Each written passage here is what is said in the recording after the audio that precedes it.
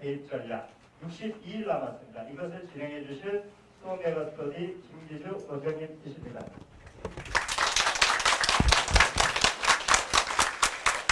네, 반갑습니다. 여기 앉아 계신 학부모님들 뿐만 아니라 지금 이제 위에 우리 한 500~600명 되는 우리 재수생들이 이 강연을 함께 듣고 있는데 참 지금 시기적으로 힘들 때죠. 수능은 한 2달밖에 남지 않았고 또 재수생들은 조금 이제 아예 정시를 목표로 하는 경우도 있기는 있습니다만 지금 재학생들이나 우리 고3 재학생들도 이 강연을 지금 함께 듣고 있는데 재학생 부모님들은 또 수시도 지금 원서 오늘 아마 연대가 마감되었고 곧 이제 계속 이제 수시 원서 지금 넣는 어떤 기간이고 곧 마감이 될 걸로 알고 있으니까 정말 여러 가지로 어수선하고 그냥 정신 없으시고 불안하실 겁니다. 오늘 뭔가 좀 이렇게 아주 체계적인 어떤 그런 설명과 어떤 메가스터디만이 가지고 있는 정확한 어떤 그런 정보 그리고 전략 이런 것들을 통해서 진짜 불안한 마음이 조금 가셔지고 좀 명료한 어떤 그런 남은 기간 동안의 전략을 세우고 판단을 판단을 못 내리신 부분에 대해서 명쾌하고 현명한 판단 내릴 수 있도록 저희들이 손주은 대표이사님과 제가 좋은 어떤 그런 설명해 드리도록 많은 준비했으니까 그렇게 노력하겠습니다. 제가 일부를 진행할 거고요. 손 대표님이 손주은 대표님 와서 2부를 진행할 건데 비슷한 얘기가 될 겁니다. 제가 말씀드리는 건 요점 정리라고 이렇게 생각을 해 주시면 좋겠고 이번 모의평가 결과 분석하고 그 다음에 수시 지원의 어떤 요령하고 이런 것들 제가 아주 간단하게 몇 가지만 좀 한 30~40분 말씀을 드릴 거고 그 다음에 이어서 손주은 대표님이 강연을 하실 겁니다. 어쨌든 힘든 발걸음 해주신 거 학원을 대표하는 원장으로서 아주 뜨거운 가슴으로 환영하면서 다시 한번 정중하게 인사드리겠습니다. 반갑습니다.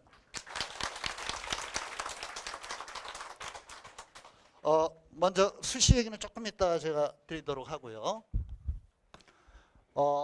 이제 모평 결과를 좀 봐야 되는데 지금 페이지 넘겨보시면은 첫 페이지, 두 페이지에 이제 등급 컷 6월 모평과 9월 모평 그리고 이제 어떤 페이지에서는 작년 2014년도 수능이죠. 올해 수능은 내년 대입이기 때문에 2015년 수능이라고 부릅니다. 이제 그런 어떤 컷 비교가 나오고 있는데 조금씩 이제 차이는 있죠. 이번 9월 평가, 모의평가 같은 경우는 6월 모의평가에 비해서는 다 알고 계시라고 생각하지만 영어 수학은 조금 어려워졌고 국어는 이제 좀 더 쉬워졌고 그래서 놀랍게도 국어 등급 컷은 B 같은 경우 국어 B는 등급 컷이 1등급 컷이 100점이 되었죠.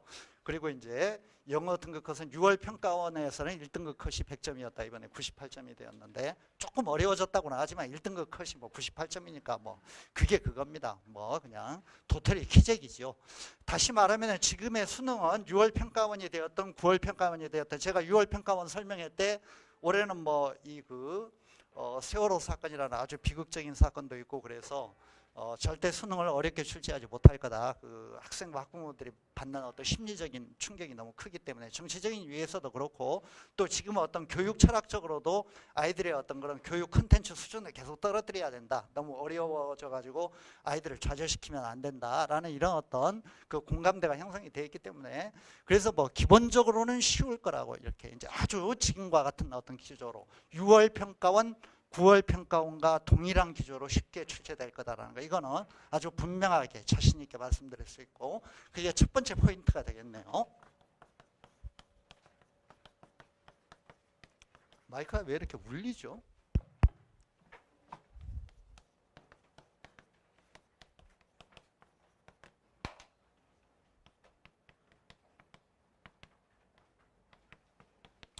쉬운 수능의 기조는 그대로 유지된다. 문제는 아주 쉽게 나올 겁니다. 여기서 이제 몇 가지 우리가 좀 정리해 볼 요점이 있는데 이 1번 항과 관련되어 가지고요. 일단 쉬운 수능의 기조가 이렇게 유지되면은 상위권이나 특히 상위권 중에서도 아주 최상위권 학생은 굉장히 불리합니다. 왜냐하면 웬만한 애들은 다 맞습니다. 그러니까 실수 한번 하면 이게 끔찍한 결과가 발생할 수 있습니다. 역으로 얘기를 하자면 약간 좀 학력이 떨어지는 학생도 진짜입니다. 전혀 과장이 아니고 옛날에 학력고사 시절이나 수능 초기에는 불가능했어요. 근데 지금은 컨텐츠가 확정이 돼 있기 때문에 EBS 교재라는 어떤 그 내용 안으로 확정이 되고 문제 유형도 대부분 이제 어느 정도 아이들이 그 공부하는 어떤 패턴이 굳어져 있고 거기에 익숙해진 방식으로 아이들이 익숙한 방식으로 출제를 하기 때문에 얼마든지 중위권 혹은 조금 더 그 중위권보다 위에 있는 학생들은 얼마든지 그 과목에 만점이 가능합니다. 혹은 뭐 100분위 점수로 98점이라든가 97점이라든가 99점이라든가 이런 아주 좋은 점수를 얻는 게 얼마든지 가능합니다.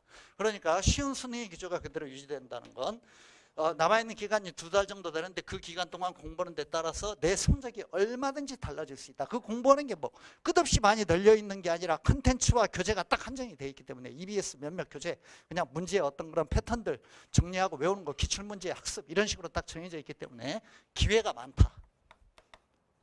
기회가 대단히 많다. 이 쉬운 수능이라고 하는 것은 많은 학생에게 기회를 주는 어떤 그런 시험이다라는 거 이거를 염두에 두셔야 되겠고 그렇다면은 끝까지 포기하지 않고 계속 뒤에 이 그 통계 자료에 나옵니다만 실제로요 6월 달에 성적이 괜찮았다가 9월 달에 수능을 보고 참 놀랍게도 메가스터디 학생의 예가 나와 있습니다.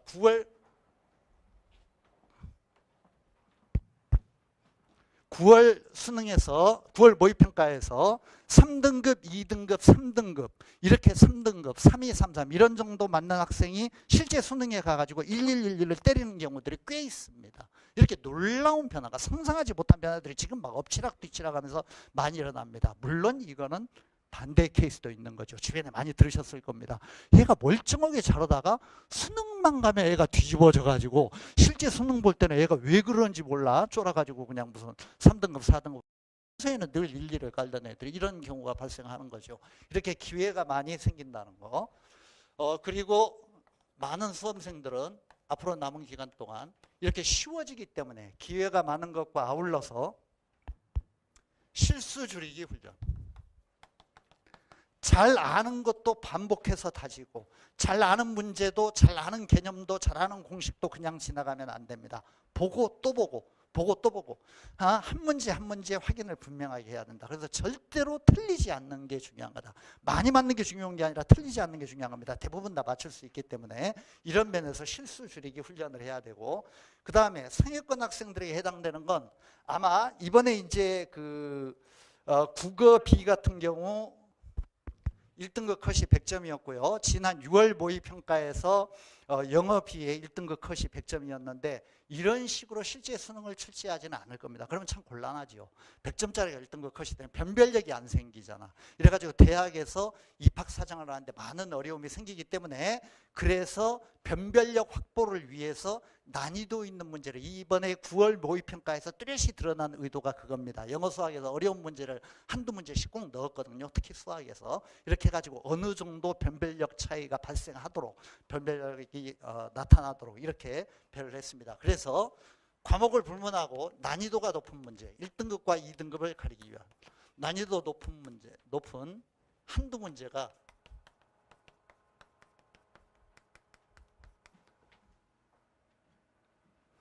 (1등급을) 좌우한다.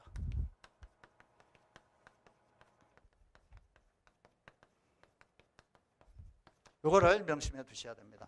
이거는 대처 방법은 두 갈래로 나눌 수 있습니다.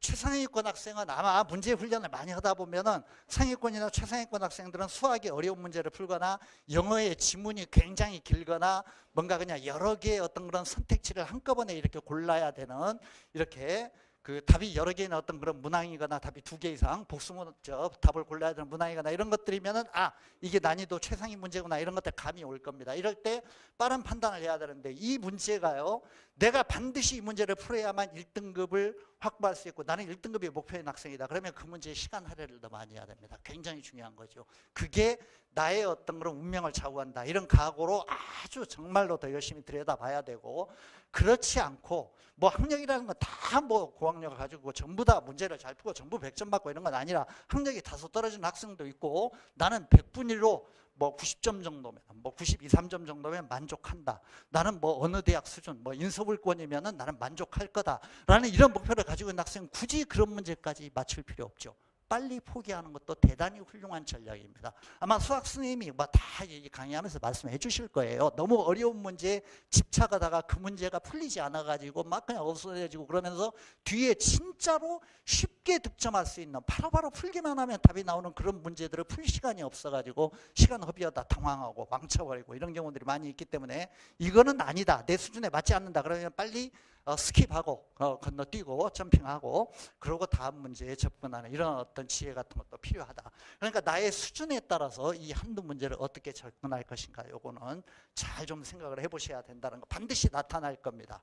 난이도 높은 한두 문제 이게 반드시 나타날 거기 때문에 여기에 어떻게 대처할 것인가라는 걸 평소에 문제풀이 하면서도 훈련을 해두는 게 상당히 중요하다는 거 이런 말씀 드리고 싶습니다. 두 번째, 아마 그 최근에 우리 그 정책 당국이 도입한 여러 가지 대입과 관련된 여러 가지 그 전략 중에서 아마 가장 성공한 것이 EBS 연계가 아닌가 싶어요. 실제로 EBS 연계를 시키면서 사교육비가 많이 이렇게 감소한 효과도 있고 아이들이 EBS 교재로 공부하다 보면 저렴한 교재니까 비교적 이러면서 교재비라든가 학원비라든가 이런 것들이 많이 감소되고 이런 측면이 있기 때문에 아마 이거는 상당히 성공적인 어떤 그런 전략으로 판단을 하고 있고 앞으로도 당분간 유지가 되지 않을까 싶습니다. EBS 연계성은 이번에도 뭐 9월 평가원에서도 EBS 교재에 나와 있는 지문이 그대로 나온 경우가 뭐 굉장히 많았습니다. 그리고 문제 유형도 조금만 바꿔가지고 이런 식으로 그러니까 EBS 연계성은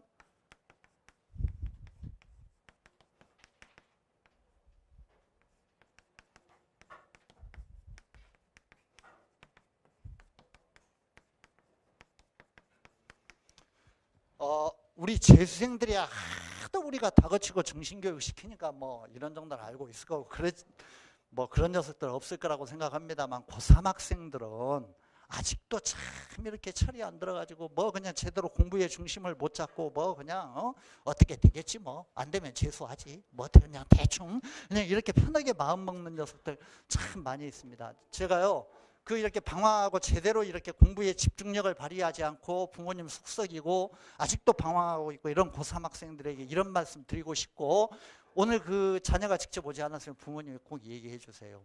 EBS 교재가요 어떤 교재냐면 그 공부한 지문과 문제가 그대로 나와요. 수능에서. 그대로 나온다고. 그게 수능에 나오는 문제를 왜 안 보고 있냐고. 그걸 보면 나오는데 그대로. 이건 말이 안 되잖아요. 그 교재를 공부하면 그게 그대로 나오는데 그 책을 왜 안 들여다보냐고. 거기에서 나오는데 문제가 그대로 나오는데 참 답답하죠. 진짜 답답하죠. 그러니까 그게 한 페이지 한 페이지 볼 때마다 한 단어 한 단어 볼 때마다 이게 수능에 그대로 나올 문제다 이런 생각으로 보면 소홀히 볼 수 없잖아. 진짜로 눈에 불을 켜고 쳐다볼 거 아니야. 그런 심정으로 공부하면 반드시 성적이 올라간다고 남은 기간에도. 그러니까 그렇게 꼭 타일러 주시고 고3 학생들은 뭐 재수생들이야 우리가 늘 정신교육 시키니까 그렇지만은 이게 참 중요하다. EBS 교재의 연계성이라는 것이 그대로 지켜지고 있기 때문에 그래서 남은 기간 동안에 어떤 그런 그 학습 전략을 세울 때 EBS 교재 중심으로 공부를 하는데 여기서 주의해야 될 건 뭐냐 하면은 참 이게 공부하기 싫어하고 요령만 부리고자 하는 학생들이 답을 외워요. 말씀드립니다만 수능이라는 건 국가 차원의 아주 중요한 시험이고 아이들의 운명을 결정하는 대학에 입학하는 어떤 그런 이 그 수준을 정리하는 가늠하게 하는 그런 어떤 모든 우리나라 고3 학생들이 보는 시험인데 이걸 장난스럽게 출제하겠습니까? 이때 장난스럽게 출제하지 않는다는 건 무슨 뜻이냐면 EBS 교재에 있는 거 그대로 베끼지는 않습니다. 어떤 문제도 그대로 베끼지는 않아요. 그렇게는 출제할 수가 없는 거죠. 말이 안 되는 거잖아요. 그거는. 그러니까 그거를 바꾼다고 여러 가지로 응용을 한다고. 그래서 EBS 교재로 공부를 하기는 하되 답을 외우는 방식으로는 절대 성적이 오르지 않습니다. 그렇게 하면 안 되는 거고 지문을 일단 영어라든가 국어 같은 경우에 지문 학습을 해야 되고 지문과 문제 유형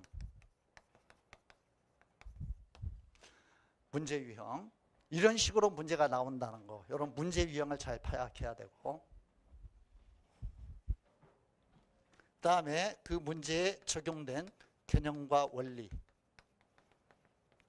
중심으로 이렇게 공부를 해야 됩니다. 지문은 아주 중요합니다. 그 지문이 그대로 나옵니다. 문제는 약간 달라지지만 다른 각도에서 접근하지만 이 지문을 이해하고 있는지 이런 것들을 측정하고자 하는 문제가 문제가 출제되기 때문에 반드시 지문을 파악해야 된다. 그다음 문제 유형. 답 외우는 건 안 된다고 얘기해 주셔야 됩니다. 그다음에 특히 이거는 뭐 재학생이든 재수생이든 다 똑같습니다. 이거 절대 무시하면 안 되고 이것 때문에 성적의 차이가 많이 발생한다고 저는 생각합니다. 반복 학습이 중요하다. 아는 것도 또 해야 됩니다. 2번 볼 때 달라지고 3번 볼 때 달라지고 4번 볼 때 달라집니다. 정말입니다.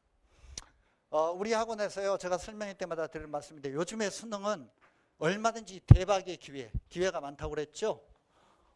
제가 설명할 때마다 늘 말씀드리는데 우리 학원에서 공부했던 이선재라는 학생이 수능 만점을 맞았습니다. 무슨 뭐 1등급 이런 게 아니라 전체 1등급이 아니라 수능 퍼펙트 전체를 만점을 때렸어요. 얘가 서울 시립대를, 시립대면 뭐 좋은 대학이 나지만 아주 최상위권 대학은 아니죠. 시립대를 떨어진 학생입니다. 시립대를 떨어진 학생인데 우리 학원에서 1년 공부했어요. 1년 동안 여기 화성고등학교 출신입니다. 멀지 않아. 1년 동안 이를 악물고 열심히 공부해서 전체 1등급이 아니라 전체 퍼펙트 만점을 때렸습니다. 물론 이제 서울대, 연대 다 합격을 했죠.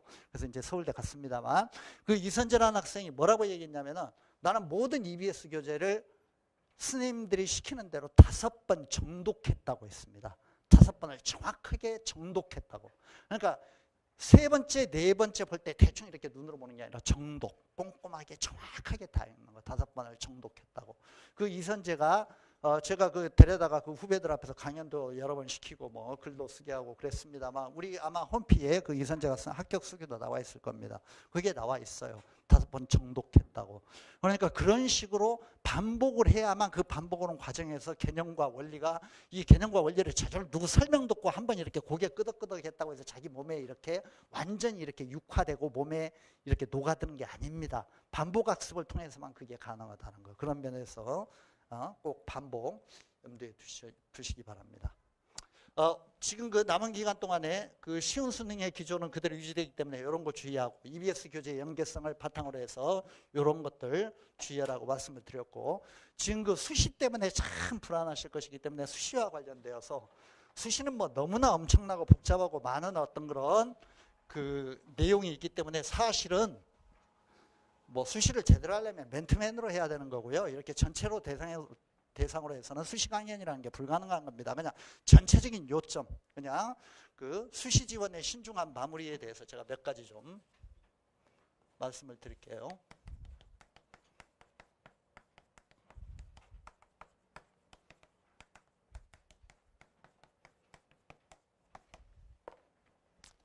일단 수시 지원과 관련된 몇 가지 원칙을 말씀드리겠습니다.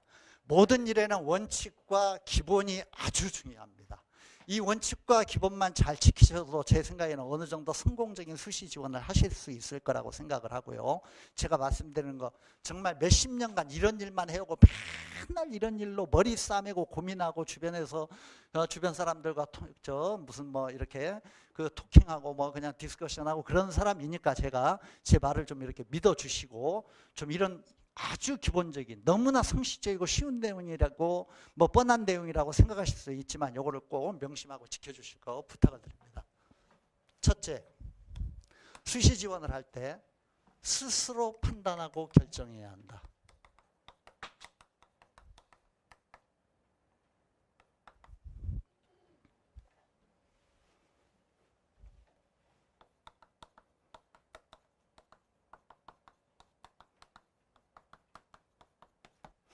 이때 스스로라는 개념은 학생과 학부모입니다.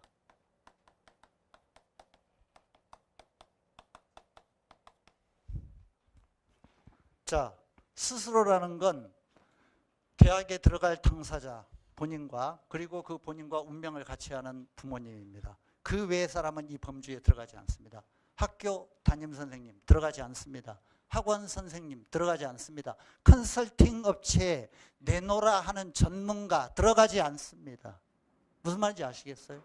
그러니까 말하자면 원서는 내가 쓰는 거고 부모님과 상의해서 결정해서 쓰는 거예요. 그걸 누구한테 맡기면 안 돼요. 그건 잘못된 거예요. 거기서부터 문제가 발생하는 겁니다. 여러 가지 문제가 있습니다. 일단 학교에 수시 지원을 전적으로 맡기는 건 어떤 폐해가 있냐면 학교는 대부분 하향 지원합니다. 합격률을 높여야 되기 때문에 떨어졌다는 얘기 듣기 싫으니까 무조건 될 수 있는 데를 넣으라고 그래요. 될 수 있는 데를. 가능한 한 선생님들은 그런 방식으로 지도를 해요. 무리를 하지 않으려고 합니다.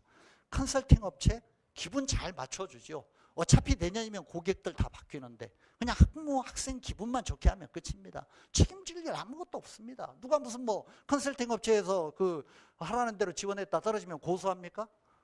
그런 일 있습니까? 뭐 법적으로 따지기도 불가능해요. 그냥 기분만 맞춰주면 적당히 맞춰주면 되는 거죠. 학부모나 학생들 얘기하는 거. 제 생각이 이렇습니다. 우리 아이들의 운명에 대해서 가장 많은 애정을 가지고 있고 가장 많은 관심을 가지고 있고 가장 간절하게 우리 애가 잘 되기를 바라는 사람이 누굽니까? 부모님이잖아요. 컨설팅 업체에 컨설팅 해주는 사람 아니잖아요. 그런 사람 아니잖아요. 부모님이 가장 그런 사람이기 때문에 부모님이 가장 현명한 판단을 내릴 수 있다고. 왜? 가장 많은 애정을 가진 사람이니까. 그렇지 않습니까? 그걸 어떻게 남의 손에 맡깁니까? 그 아이의 운명을 결정하는 중요한 판단을 학원 선생님이 하게, 학교 선생님이 하게 이런 식으로 하면 안 되죠. 물론 많은 주변의 얘기를 듣고 정보를 수집하고 이런 건 아주 중요합니다만 최종적인 판단은 학생 본인과 학부모가 해야 된다는 거. 이렇게 해야만 지나친 가령 말도 안 되는 상향 지원을 할 때 우리 아이의 실력으로 볼 때 이런 지원을 하는 건 말도 안 된다. 그러면 말리셔야죠. 못하게 해야죠. 또 거기 원서 한 장 낭비하는 거잖아. 그렇게 하면 안 되잖아. 다 안 된다고 얘기하고 내가 보기에도 안 되는 건데 이렇게 판단해 주셔야 되는 거죠. 그리고 스스로 작성해야 되는 거. 무슨 뭐 자기소개서라든가 추천서 해야죠. 저는 정말 이거는 교육적으로 문제가 있다고 생각합니다. 입시에서 대학에서 이 학생이 어떤 학생인지 판단하기 위해서 자기소개서를 써오라고 하는데 왜 그거를 소개서 쓰는 전문 업체에다가 돈 주고 맡깁니까? 학생이 자기 얘기를 써야죠. 그렇지. 그게 정말 올바른 어떤 그런 행동이고 진짜 교육적인 거 아닙니까? 그걸 어디다 맡깁니까? 나는 이해가 되지 않아요. 자, 저는 수십 년간 이런 일을 해온 전문가입니다. 정말 이런 일에 대해서 잘 압니다. 그리고 대단히 죄송하긴 합니다만 제가 국문학 박사입니다. 일생 동안 문학 공부를 했습니다. 우리 애가요, 우리 딸이 고3이거든요. 이번에 수시 지원합니다. 수시 지원에 자기소개서라는 게 있더라고요. 제가 그랬어요, 우리 딸한테. 자기소개서니까 네가 써야지. 저는 전혀 개입하지 않았습니다. 네가 써. 네가 자기소개를 해야지. 물론 제가 읽고 나서 약간 뭐 이런 표현은 좀 어색한 것 같아. 이런 예는 좀 다른 예를 들는 게 좀 나을 것 같긴 하다. 이렇게 제가 코칭은 좀 했죠. 우리가 또 고집이 있어서 코칭하는 거 듣지도 않아요. 아, 이상해. 그러면서 썰렁해. 그러면서 뭐 그냥 아빠가 그런 단어 쓰는 거 뭐 교수님들이 다 할 거야. 그러면서 그냥 뭐 내 마음대로 쓸 거야. 그래서 응? 네가 결정한 대로 해. 네 생각으로 써야지. 너의 표현으로 써야지. 아빠 생각으로 쓰면 안 되지. 그냥 나는 코치하는 거야. 그냥 뭐 팀만 줄 뿐이지 네가 결정하는 거야. 이렇게 돼야 되는 거 아닙니까? 교수들을요 바보로 생각하지 마세요. 저도 참 오랜 기간 동안 대학에서 학생을 가르쳤습니다만 글을 보면은요 이게 뭔가 전문적인 업체에서 뭔가 이렇게 그냥 뭐 이렇게 만들어진 어떤 그런 공장에서 생산하듯이 이렇게 만들어진 제품인지 진실한 마음에서 학생이 책상 앞에서 간절한 심정으로 쓴 글인지 금방 파악됩니다. 그거 불가능할 것 같습니까? 어려울 것 같습니까? 그렇지 않습니다. 전혀 그렇지 않아요. 학생이 쓴 글과 어른들이 쓴 글은 금방 표가 납니다. 어휘만 봐도 금방 표가 나요. 요즘 아이들의 어떤 글의 호흡과 리듬, 이런 어떤 세대 감각 이런 것들이 다 다르거든요. 그래서 금방 그런 게 드러나게 돼 있다고. 그런 거를 왜 본인이 오지 않고 남에게 맡기는지 저는 이해가 되지 않습니다. 이런 거에서부터 정성을 가지고 최선을 다해야죠. 스스로 판단하고 결정해야 된다.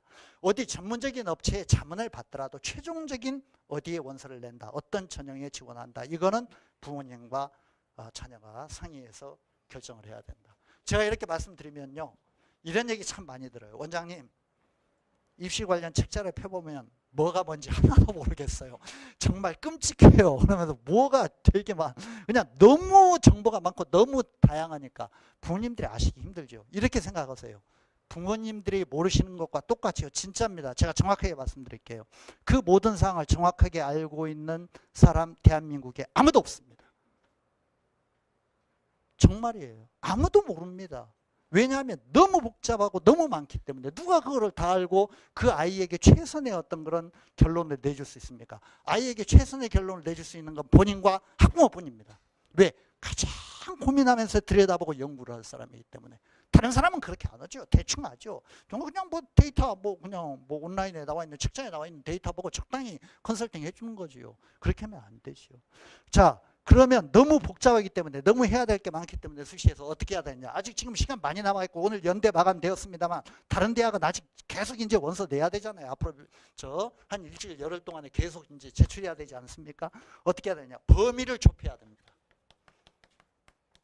다 알려고 하지 마시고 범위를 좁혀서.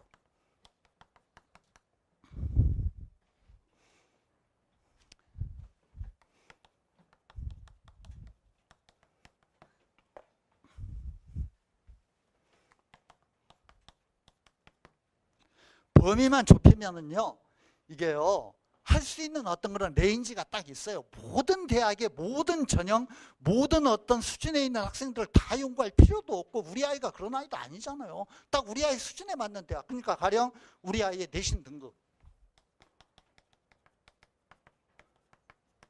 여기 자료집에도 나와 있습니다. 6월 모평과 9월 모평의 평균으로 나오는 수능 등급. 이런 것들을 가지고 내신 등급과 수능 등급을 가지고 지원 가능한 대학들을 이렇게 뽑아보는 거죠. 이런 거 얼마든지 가능합니다. 온라인 사이트에서도 뭐 엄청나게 많은 서비스 해주고 아이한테도 그런 거 저 학원 선생님이나 학교 선생님한테 부탁해가지고 몇 개 뽑아오라고 하면 다 뽑아와요. 그리고 진로, 이제 우리 아이의 진로라든가 적성 이런 것들을 감안해가지고 몇 개 이렇게 표본을 산출하면 되잖아. 그래가지고 이제 그때부터 연구를 해야죠. 연구를, 여러 가지 연구를 많이 해야죠. 내신 반영 방식이 어떻게 되는가, 수능 최저 등급이 어떻게 되는가, 수능 최저학력 조건이 있는가 없는가, 만약에 있다면은 최저학력 조건이 뭐 2등급 2개인가 뭐 3등급 2개인가 이런 것들을 우리 아이가 맞출 수 있는가 없는가, 경쟁률이 어떻게 되는가. 참고로 경쟁률은 요즘 모든 대학이 얼마 전까지도 이런 서비스 하지 않았습니다만 세상이 계속 좋아지고 있기 때문에 오전 10시, 오후 5시 하루에 2회씩 경쟁률을 전부 대학 홈페이지에 게시합니다. 그 입학처 그 관련 사이트에 전부 게시하니까 들어가서 확인하세요. 이 전형 방식, 우리 대학의 이 전형에는 지금 몇 명이 원서 접수를 해서 몇 대 1입니다. 이거 다 게시해요. 전부 다 게시한다고. 그러니까 그걸 보면서 경쟁률이 어떻게 돌아간다 이런 거 다 파악하셔야죠. 이런 거 하나도 들여다보지도 않고 그냥 너 아빠가 돈 줄 테니까 컨설팅 업체 가가지고 원서 뭐 그냥 어디 쓸 건지 결정해가지고 와. 그게 말이 됩니까? 누가 그걸 해줍니까? 부모님이 해주셔야죠. 부모님. 이렇게 해야 되는 거죠. 그리고 대학별 고사. 대학별 고사가 논술인가 면접인가 어느 시기에 보는가 여부 이런 것들 다양한 어떤 그런 파악을 해야 되고, 그 다음에 요구되는 스펙 뭐 등등 이런 것들을 우리 아이와 맞춰가지고 전부 우리 아이의 수준에 맞는 어떤 그런 대학군에서 이렇게 잘 보셔야 됩니다. 여기서 뭘 요구하고 뭘 갖춰야 되고 뭘 준비를 해야 되고 이런 것들 정도는 준비를 해주시는 게 좋고, 그리고 이런 정성이 쌓일 때 진짜 합격의 선에 도달하는 게 가능하다라고 저는 믿는 사람입니다. 이런 거 대충 쉽게 돈으로 해결하려고 하시면 절대 안 됩니다. 누가 그걸 대신해 줄 수 없습니다. 이거는 돈으로 대신할 수 있는 일이 아닙니다. 절대 그런 거 아니에요. 그러니까 수시야말로 정말 이렇게 많은 어떤 그런 신경과 관심을 쓰시고 이렇게 해야 된다. 요거는 이제 좀 추상적인 말씀을 드린 건데, 마지막으로는 진짜로 제가 실제적인 관점에서 꼭 부탁드리고 싶은 거, 수시 지원을 할 때 적정한 배분. 다른 것들은 추상적인 얘기니까 좀 이해가 안 되신다 하더라도 3번은 꼭 지켜주세요. 자, 수시 원서는 다 아시다시피 6장입니다. 이거를 적정하게 배분을 하셔야 됩니다.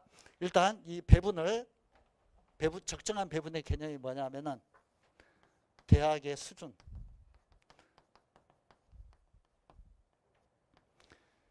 흔히 이렇게 생각하시는 경향이 있어요. 제가 높아심에서 말씀드리는데 수시가 6번 지원이 가능하니까 이게 참 정말 학부모님이나 학생들의 인식이 잘못 형성되어 있는 부분이 있는데요. 수시를요 이렇게 생각합니다. 가고 싶은 대학에 원서를 넣어요. 수시는요 대학 가기 위해서 시험 보는 겁니다. 어플라이 하는 거야. 가고 싶은 대학에 넣는 게 아니에요. 가고 싶은 대학에 넣는 게 아니라 갈 수 있는 대학에 넣는 거예요. 갈 수 있는 대학. 이거를 착각하시면 안 돼요. 그래서 가고 싶은 대학에 넣었기 때문에 수시만 넣었다면 다 떨어지고 맨날 그게 반복되면서 그냥 막 그게 정시에까지 영향을 미치고 학습의 과정에도 영향을 미치고 이렇게 되는 겁니다. 갈 수 있는 대학에 넣으라고 하면 대한민국의 모든 학생이 다 스카이 넣죠. 모든 학생이 다 서울대 넣죠. 그렇지 않습니까? 말이 안 되는 거잖아. 가고 싶은 대학에 넣으면 안 된다고. 갈 수 있는 대학에 넣어야 되고 그 갈 수 있는 대학의 수준을 적정하게 분배를 해야 됩니다. 그러니까 상당한 상향 지원. 그 상향에서 물론 이제 수시나 하향 지원도 안 됩니다. 알고 계시죠? 하향 지원했다 덜컥 돼버리면 정시에 원서도 못 내잖아요. 그러니까 기본적으로 수시는 이제 뒤에도 나옵니다만은 최저 학력 조건이 내 수능의 맥시멈 조건. 이게 이제 보통 상향 지원의 원칙이 뭐냐면 이거는 써드릴게요. 지원의 원칙이 뭐냐면 대학마다 학생부 종합에는 뭐 최저 학력 조건을 대부분 최저 수능 조건을 걸지 않습니다만 학생부 교과라든가 논술 전형에서는 대부분 최저 학력 조건을 건다고. 그러니까 뭐 그 학생부로 점수가 되더라도 뭐가 조건이 다 되더라도 우리 대학에서는 1등급 2개, 2등급 2개, 뭐 3등급 2개 이런 조건을 충족시켜야 된다. 이런 조건을 다 건다고요. 아시죠? 이거를 뭐라고 그러냐면 최저 학력 조건이라고 해요. 그게 대부분 전형에 이제 학생부 종합은 이제 몇 개 아주 좋은 대학 5개만 있고 나머지 대학들은 없는 편이고 나머지 학생부 교과 전형이나 논술 전형에서는 전부 최저 학력 조건이 대부분 다 붙어 있어요. 그러면 그 최저 학력 조건이 뭐냐면 우리 아이가 수능에서 가장 잘 봤을 때 나오는 점수를 해야 돼. 무슨 말인지 아시겠어요? 그러니까 우리 대학의 연대 같은 경우는 4과목 합이 6입니다. 4과목 합이 6. 그러니까 국영수 탐이 연대 같은 경우에 이과는 7이고 문과 같은 경우에는 4과목 합이 6이에요. 최저학력 조건이 합이 6이라고. 그러면 1, 2, 1, 2 나와야 되는 거죠. 그렇죠? 1, 1, 2가 나오거나 뭐 그거는 상관이 없는데 하여튼 어떻게 나오든지 간에 2등급, 2등급, 1등급, 1등급 이렇게 나와야만 합이 6이 되는 거 아니야. 그렇죠? 합이 6이 되는 거죠. 이 합이 6이 뭐냐면은 내가 수능을 그동안에 쭉 보면서 모의고사라든가 특히 저 6월 모평, 9월 모평 이런 데서 가장 잘 나왔을 때 점수를 해야 돼. 이런 기준이라고. 아셨죠? 가장 잘 나왔을 때. 수시는 보통 이렇게 하는 겁니다. 왜냐하면 그걸 낮춰가지고 썼다 수시에 덜컥 돼버리면 정시에서 내가 얻는 그 점수 나왔어도 원서도 못 낸다고 다른 대학에. 그러니까 이걸 아주 조심하셔야 되고. 그러니까 수시는 기본적으로 상향 지원이 원칙이긴 합니다만 상향이라는 게 다시 한번 말씀드립니다만 가고 싶은 대학에 되는 게 아니라는 거. 내가 갈 수 있는 대학에 내신 어떤 그런 평균 등급이라든가 수능 평균 등급 최저학력 조건 이런 걸 맞춰봐가지고 갈 수 있는 대학에 내는 거라는 거. 대학 수준 이런 것들 잘 생각하셔야 되고 그 다음에 전형 유형. 제가 배분이라고 말씀드리고 있습니다. 대학 수준을 적절하게 나눠야 된다는 거예요. 상향, 조금 상향 이런 식으로 그냥 될 만한 수준 이런 식으로 이렇게 나눠야 된다는 겁니다. 그냥 이거는 그 학부모님들의 어떤 소신과 철학에 따라 다릅니다. 제 얘기를 자꾸 해서 미안합니다만 우리 둘째는 제가 이제 둘째 딸 고3인데 지금 그 입시 지도를 하고 있는데 제 친딸이요. 입시 지도를 하고 있는데 아주 우수한 학생은 아니에요. 강남의 자사고에 다니는데 아주 우수한 학생은 아니고 뭐 내신도 뭐 그냥 뭐 그저 그렇고 근데 이제 다른 거 좀 잘하는 거 있기는 있는데 크게 뭐 이제 뭐 아주 그 뛰어난 학생은 아닙니다. 이번 9월 모의평가에서 1, 2, 1, 2 이런 정도로 이제 나왔는데 얘가 정시에서 그걸 넣어봤더니 2대는 안정권, 문과입니다. 2대는 안정적으로 갈 수 있는 수준이라고 나오더라고. 2대에 원하는 과가 있는데 얘가 영문과 계통으로 영어를 좋아해서 보내려고 하는데 2대 영문과는 안정적으로 갈 수 있는 성적이다 이렇게 나오더라고. 그런데요. 수시에서 2대 영문과 넣었습니다. 정시에서 안정적으로 갈 수 있다고 나오는데 저는 넣었어요. 엄마하고 상의해서 본인하고 해가지고 너 되면 다닐 거지? 제가 물어봤더니 다닌다고 그러더라고. 그럼 너? 저 결정했습니다. 같이 얘기해가지고. 그러니까 수시도 무조건 상향 지원을 하는 것이 아니라 정시에서 갈 수 있는 적정 수준의 대학까지도 고려를 해야 된다. 그 대신에 되었다고 해가지고 안 다닐 대학을 넣으면 안 되죠. 안 다닐 대학을 넣으면 안 되고 그거는 본인이 잘 생각을 해야 됩니다. 부모님과 얘기를 해가지고 이런 식으로. 그러니까 대학의 수준도 상향에서부터 적정까지 상향에서 적정의 스펙트럼까지 이렇게 이런 것들을 생각을 해봐야 된다. 그 다음에 전형 유형. 이것도 배분입니다. 무슨 말이냐면 이것도 꼭 명심해 주세요. 우리 아이가 수능은 약간 약한데 뭐 그 수원권만 해도 내신 따기가 어려우니까 시골 아이들이 이런 아이들이 많은데 수원에서도 일부 이제 좀 뭐 학교들 그런 학교들이 있을지 어쩔지 모르겠습니다. 학교마다 학력 차이가 조금씩 있으니까 우리 아이가 수능은 좀 떨어지는데 내신은 아주 좋다. 내신은 1점 몇 대다. 그런다고 해가지고 학생부 교과 전형, 학생부 교과는 주로 이제 내신 성적을 위주로 뽑는 전형이거든요. 그렇다고 해가지고 학생부 교과만 넣으면 안 된다는 겁니다. 알았죠? 왜냐하면 학생부 종합은 내신을 그렇게 교과처럼 많이 반영하지 않기 때문에 내신이 약간 떨어지는 애들이 학생부 종합으로 많이 가거든요. 그럴 때 오히려 학생부가 좋은 애들이 학생부 종합을 찌르면 될 확률이 더 크다는 겁니다. 그러니까 무슨 말이냐면 전형 방식도 똑같이 나는 논술 전형 6개, 화끈하게 그냥 다 때려버려. 그냥 무슨 뭐 학생부 교과 6개 이렇게 하지 말라는 거죠. 적절하게 봐가지고 내신에 장점이 있으면 학생부 교과를 한 4장 정도 쓰고 나머지는 논술 하나, 학생부 종합 하나 이런 식으로 쓴다든가 이렇게 여러 가지 전형을 균형 있게 배분하는 게 참 중요하다는 겁니다. 잘 나눠가지고 써야 된다는 거죠. 뭐 주식 투자의 원리로 말씀드리자면 몰빵하지 말라는 겁니다. 몰빵하지 말고 적당히 이렇게 그 리스크 관리를 하라는 거죠. 나누라는 겁니다. 전형 유형. 그 다음에 대학별 고사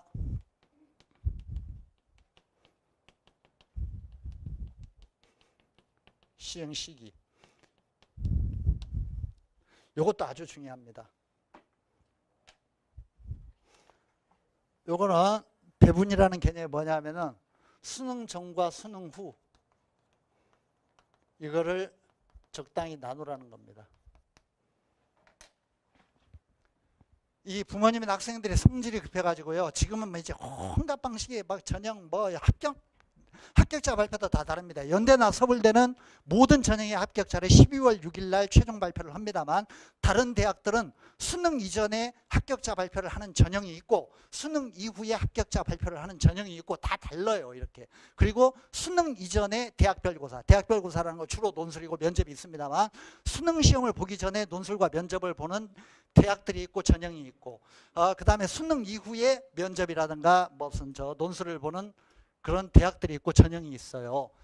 이거를 적당히 나누라는 겁니다. 무슨 말이냐면 특히 주의해야 되는 게 뭐냐면 수능 이전에 발표를 하고 수능 이전에 면접 어떤 그 논술 시험 다 보는 이런 전형만 지원하지 말라는 거예요. 왜 그러냐면 두 가지 이유가 있습니다. 하나는 6개 수능 이전에 다 썼다 다 떨어져 버리면 대부분 다 떨어져요. 수시라는 거 다 떨어지는 거야. 왜냐하면 되는 놈들만 여기저기 다 붙어. 아주 좋은 스펙을 가지고 있고 진짜 뛰어난 놈은 서울대도 붙고 연대도 붙고 고대도 붙고 다 붙어요. 6개를 넣으니까 그 놈은 다 붙고 나머지는 다 떨어져. 이게 수시라고 하는 거예요. 그런데 수능 시험도 보기 전에 너무 많이 떨어지면은 공부하기가 싫어져. 그냥 인생이 짜증나. 다 피곤해. 그냥 뭔가 다른 길로 이 길이 아닌 다른 길로 막 가고 싶어져. 애들이 막 그런 심리가 많이 돼요. 그래도 좀 희망을 남겨줘야지. 그리고 또 중요한 게 뭐냐면 진짜로 수능 시험 보기 전에 한 달, 뭐 1주, 2주라고 하는 건 정말 불꽃이 튀는 시간입니다. 그때 머릿속에 집어넣는 어떤 이 학습의 어떤 이 그 분량이라고 하는 게 점수가 그대로 직결이 돼요. 근데 그런 시기에 6번이나 대학별고사 본다고 생각해봐요. 면접 보러 다니고 논술 보러 다니고 정신이 하나도 없어. 맨날 그 지도고 다니느라고. 그러다 보면 어느새 수능이 코앞에 와 있는 거죠. 이렇게 해가지고 정신이 산만해지고 집중력이 흐트러지고 이렇게 된다고. 그러니까 물론 다 수능 이후로 보라고 할 수는 없습니다. 수능 이후에 대학별 고사를 보는 전형은 대부분 논술 전형이에요. 대부분 논술 전형. 다른 학생부 종합이라든가 특기자 전형이라든가 교과 전형이나 이런 것들은 대부분 수능 이전이에요. 논술 전형이 주로 뒤에고. 물론 이제 그 중에서도 또 수능 이후에 보는 것도 있기는 있어. 여러 가지 주석이 있는데 논술 전형이 주로 수능 이후에 대학별 고사를 많이 봅니다. 그러면 제 말은 뭐냐면 아주 쉽게 말씀을 드리자면 논술 전형을 2개 정도 남겨두라는 거죠. 희망의 여지를 남겨두고 그래서 그래 다 떨어지지는 않았어. 그러니까 다 떨어지진 않았으니까 내가 수능을 약간 망치더라도 그래도 또 대학별고사 잘 보면 어떻게 될지 모르지. 이런 생각을 가지고 임하는 게 중요하다 그런 얘기입니다. 그래야 수능까지 최선을 다할 수 있죠. 미리 다 떨어져 버리면 안 되고. 그리고 나중에 좀 그 수능 이후에 논술 준비할 그 며칠 동안 또 논술 준비할 수능 바로 직후에 이제 그 시행이 되기는 합니다만 한 5일에서 보름 사이에 이제 쫙 이렇게 대학별로 시행이 되는데 대학별 고사들이 준비할 기간이 있잖아. 학원들에서 다 상품 개설을 해줘요. 우리 학원도 합니다. 어느 대학의 논술 이런 거 다 대비해 주니까 약간 좀 여유 있게 논술 준비도 할 수 있고. 그런데 그거를 그냥 수능 시험을 위해서 올인해야 되는 그 수능 시험 보기 전에 막 논술 준비도 하고 면접 보러 다니고 막 뭘 신경을 써야 되고 이렇게 어수선하게 하다 아무것도 못하고 그냥 다 떨어져 버리고 이렇게 되는 거죠. 그러니까 적절하게 배분을 하는 게 상당히 중요하다. 대학 수준과 전형 유형과 대학별고사 시행 시기. 제가 이제 이거 몇 가지 이렇게 주의해야 될 점들 말씀을 드렸고요. 지금 이제 좀 있으면 며칠 있으면 이제 속속 수능 원서 접수가 마감되어 갑니다. 그러니까 다시 한번 말씀드립니다만 그 경쟁률 잘 살펴보시고 홈페이지에 들어가 가지고 최종적으로 그리고 그 선택할 수 있는 몇 개의 옵션을 이제 아이와 잘 상의를 해 두셨다가 그 전에 그 접수하셔야 되고 마감되기 전에 그 다음에 그 작성해야 되는 서류들 자기소개서라든가 추천서라든가 추천서는 학교에 선생님이 쓰시게 되어 있습니다만 기본적으로 말씀드립니다. 이렇게 말씀드릴게요. 추천서의 개요는 학생과 학부모님이 쓰는 겁니다. 아셨죠? 상당수의 학교들은 추천서 개요를 써오라고 합니다. 추천서 아주 우선 뭐 예외적인 어떤 몇 명 학생들은 직접 써주는 경우도 있겠지만 나머지는 대부분 작성 수준으로 해가지고 가야 됩니다. 그런 게 힘드시다고 한다면 요점 정리라도 하셔야 돼. 이러이러한 내용을 얘가 이러이러한 봉사활동을 했고 얘가 이러이러한 어떤 심성과 품성을 가지내고 얘가 이러한 어떤 장점을 가지내고 이런 가정환경에서 컸고 이런 정도 몇 가지 포인트는 정리를 해 주셔야 돼요. 그래야만 그게 선생님이 뭐 모든 걸 다 아는 게 아니잖아요. 엄마 아빠가 보시기에 학생 본인이 보기에 이런 점이 그 학생을 선발하고자 하는 사람에게 좀 전달이 되면 좋겠다, 강조가 되면 좋겠다 이런 것들은 선생님보다도 본인이 더 잘 아니까 학부모님과 본인이 더 잘 아니까 그런 것들 꼭 요점 정리해 주셔야 됩니다. 추천서도 그렇게 해야 되고 물론 자기소개서는 아까 말씀드렸지만 본인이 써주셔야 되고 또 유의하셔야 될 게 일부 그 증빙 서류, 그 학생의 스펙과 관련된 증빙 서류 이런 것들을 요즘은 대부분 온라인 제출입니다만 추천서라든가 자기소개서는 온라인으로 제출하지만 증빙 서류 같은 경우는 우편으로 보내야 되는 경우도 있습니다. 이런 거 아주 그 우편 소인 날짜, 도착 날짜 이런 거 아주 신경 쓰셔야 됩니다. 잘못하면 큰일 나는 수가 있어요. 그러니까 원서 접수하고 난 다음에 그 여러 가지 어떤 그런 서류 갖추고 뭐 이렇게 준비하고 이런 것들 다 꼼꼼하게 체크하시고 대학별로 확인하시고 준비하시고 이렇게 해야 됩니다. 그게 지금 진행되고 있는 일들입니다. 곧 마무리됩니다. 곧 마무리되어요. 그러니까 우리 부원장님이 좀 이따 시간 나실 때 이제 대학별로 그 수시 원서 접수 마감일 말씀해 주실 것 같다는 생각이 드는데 우리가 이렇게 표도 만들어 왔거든요. 그러니까 하여튼 좀 그 신경 쓰시고 마무리 잘 하시기 바랍니다. 저에게 주어진 시간이 뭐 우리 그 대표이사님 곧 오실 시간이 됐기 때문에 마무리가 돼야 될 것 같아요. 마지막으로 한 말씀만 드리고 뒤에 그 자료집에 또 보면은요 9월 모평 보고 난 다음에 실제 수능으로 가면서 50% 정도의 학생들이 성적이 상승하고 50% 정도의 학생들이 성적이 하락합니다. 성적의 변화가 생긴다는 겁니다. 그 성적의 변화는 말할 필요도 없이 남아있는 시간을 어떻게 보내느냐에 따라 달라지는 거고 그리고 그 시간의 활용도는 집중력이 강해지는 수능으로 다가갈수록 더욱더 중요해지고 더욱더 학습 능력이 신장이 되고 더욱더 긴밀하게 실제로 어떤 그런 점수 획득하는 것과 관련이 됩니다. 그러니까 9월 모의평가 결과가 좋으면 좋은 대로 나쁘면 나쁜 대로 이런 신념을 반드시 가지셔야 됩니다. 성적에 변화가 나타난다. 이 변화가 상승하는 변화일지 하락하는 변화일지는 모르겠지만 성적의 변화가 나타난다. 따라서 마지막까지 최선을 다해야 된다.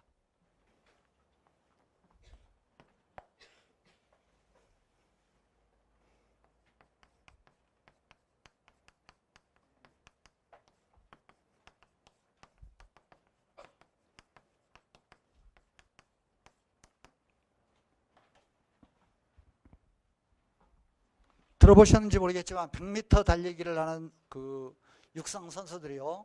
100m 이렇게 그 컷 통과 지점 거기까지 달리는 게 아닙니다.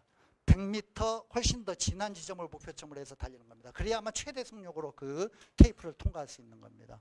수능까지 간다고 하면 수능 이후까지도 공부하겠다는 생각으로 진짜로 결사적으로 마지막 한 방울까지 짜내겠다는 생각으로 정말 올인을 해야 되고 지금은 또 옛날하고 달라서 그냥 어디서 문제가 나올지도 모르고 무엇이 출제될지도 모르는 이런 막막한 상태에서 하는 공부가 아닙니다. 저 같으면 신날 것 같아요. 책을 한 페이지 들여보면 이게 나올 문제인데 이게 나올 지문인데 EBS 교재를 보면 이게 나오는데 그런 생각을 가지면 어떻게 긴장이 안 될 수가 있습니까? 남아있는 기간 동안 어떻게 집중하느냐에 따라서 문제는 쉽고 그러니까 얼마든지 나의 점수를 올릴 여지가 있고 충분히 원점수 100점 가까이 뭐 이렇게 어느 과목이든 공략하는 게 가능하다는 거. 이런 생각으로 수시는 제 생각은 이렇습니다. 수시와 관련된 여러 가지 준비는 가능하나 제 생각에는 부모님의 몫이고요. 부모님이 가능한 한 그 부담을 좀 덜어주시고 아이는 수능 때까지는 진짜로 수능 공부를 위해서 올인하도록 이렇게 좀 배려를 해주세요.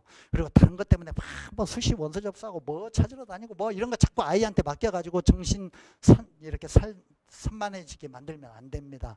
이렇게 좀 도와주시고 부모님이 다른 어떤 그 복잡하고 좀 이렇게 그 뭔가 손이 많이 가는 이런 일들은 대신 좀 처리를 해주시고 이렇게 해서 학생 본인은 진짜로 EBS 교재를 중심으로 수능 보는 날까지 최선을 다해서 좋은 컨디션 유지하면서 공부하도록 그렇게 좀 지도를 해주시면 좋겠고 그러고 난 다음에 또 이제 수능 보고 나면 저희들이 정시 설명회를 통해서 정시에서 어떻게 원서 넣을 것인지 이런 것들에 좀 더 정확한 어떤 자료와 이런 것들을 가지고 다시 한번 설명회를 열고 또 논술도 대학별로 그 상품 개설을 해가지고 친절하게 좀 이렇게 지도를 해드릴 겁니다.